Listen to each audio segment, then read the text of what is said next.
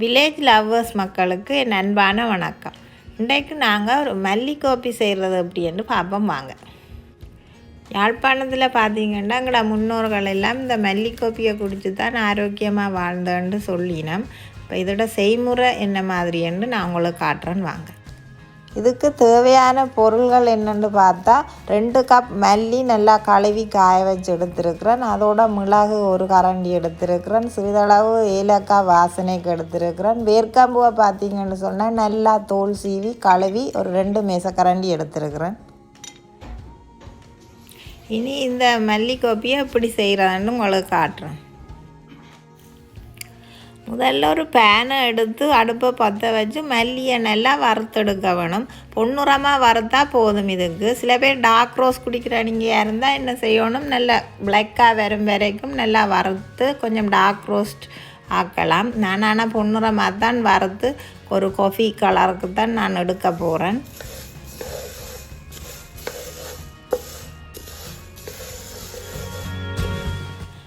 மல்லியை நாங்கள் வறுக்கக்குள்ளே same time என்ன செய்யணும், அந்த வேர்க்காம்பு எடுத்து நல்லா குத்தி கொஞ்சம் உடைக்க வேணும். இப்படியே போட்டோம்னு சொன்னால் மிக்ஸி பிளேட் வந்து உடைய சான்ஸ் இருக்குது. அப்போ நல்லா கொஞ்சம் குத்தி எடுக்க வேணும்.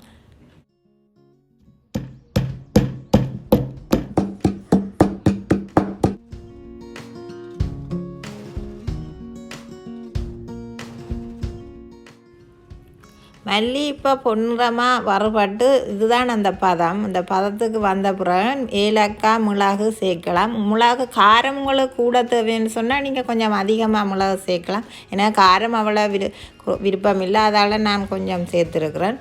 அதோட இந்த வேர்க்காம்பு பவுடரையும் போட்டு சாதுவாக வறுத்து போட்டு அடுப்பில் இருந்து இறக்கி நல்லா சூடு ஆறும் வரையும் வெயிட் பண்ண வேணும்.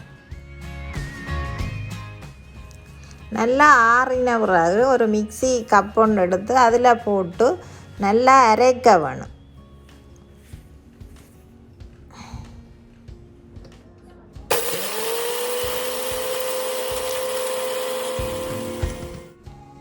இப்போ இது நல்லா அரைப்பட்டுட்டு இதுதான் அந்த பதம்.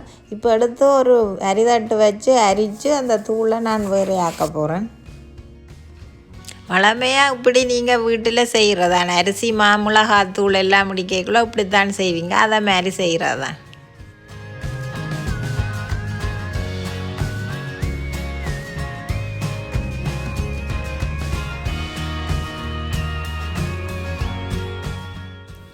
நல்லா அரைச்சதும் இந்த மாதிரி வரும். இதை திரும்பவும் நாங்கள் மிக்ஸி ஜாரில் போட்டு திரும்ப அரித்து எடுக்க வேணும்.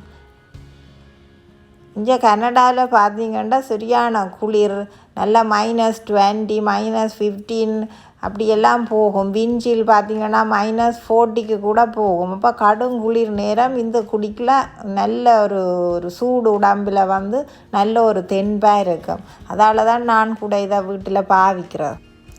செய்யக்குள்ளேயே வாசனை நல்ல அமோகமாக இருக்குது. வாசனை ஊரை கூட்டுதுன்னு சொல்லுவீனாம், அந்த மாதிரி இருக்குது. வீடு முழுக்க இதே வாசனையாக தான் இருக்குது. காஃபி பவுடர் ரெடியாக ஆயிட்டுது. இங்கே கனடாவில் பார்த்தீங்கன்னு சொன்னால் கர்ப்பிணி பெண்கள் உணவு கட்டுப்பாட்டில் டயட்டில் இருக்கிறவை எல்லாம் என்ன செய்வினம், டீகாஃப் காஃபியை தான் குடிப்பினம். அவை அது கஃபீன் ஃப்ரீ என்று சொல்லி அதை தான் இங்கே டீம் ஹோட்டலில் எல்லாம் குடிப்பினம். அதுக்கு பதிலாக இதை குடிக்கலாம். இதை அதை விட ஆரோக்கியமாகவும் நல்ல நோய்கள் எதிர்க்கிற சக்தியாக எல்லாம் இது இருக்கும்.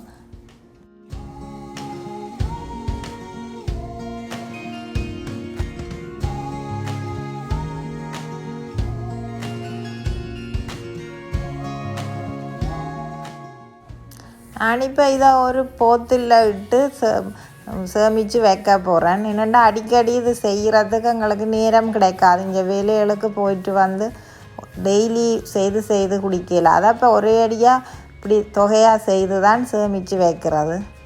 இப்போ காஃபி பவுடர் தயாரித்து நான் டயர்டாக போனேன். இப்போ எனக்கு ஒரு காஃபி போட்டு குடிக்க போகிறேன். எப்படி காஃபி போடுறதுன்னு நீங்களும் பாருங்கள். எனக்கு 1 கரண்டி காஃபி தூள் எடுப்பேன். சீனி எனக்கு தேவையான அளவு 1 கரண்டி எடுப்பேன். நீங்கள் உங்களுக்கு தேவையான அளவு எடுக்கலாம். அதோட நல்லா கொதித்த நீரை எடுத்து அதுக்குள்ளே ஊற்றி கப்பில் ஊற்றி நல்லா கலக்க வேணும். கலக்கினா காஃபி ரெடி. ஈஸியான மெத்தட் தான்.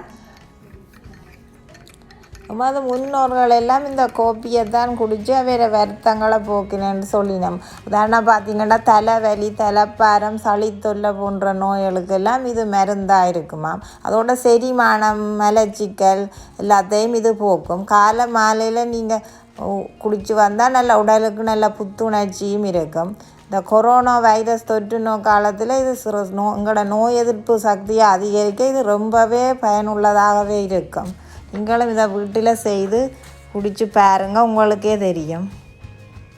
காஃபி குடித்தது எனக்கு நல்லா ஃப்ரெஷ்ஷாக இருக்குது. நீங்களும் குடித்து பாருங்கள். சரி, இந்த வீடியோவை இத்துடன் முடிக்கிறேன். இன்னும் ஒரு வீடியோவில் உங்களை சந்திக்கிறேன். இந்த சேனலை சப்ஸ்கிரைப் பண்ணுங்கள். பக்கத்தில் இருக்கிற பெல் ஐக்கனையும் மறக்காமல் ப்ரெஸ் பண்ணுங்கள். நன்றி, வணக்கம்.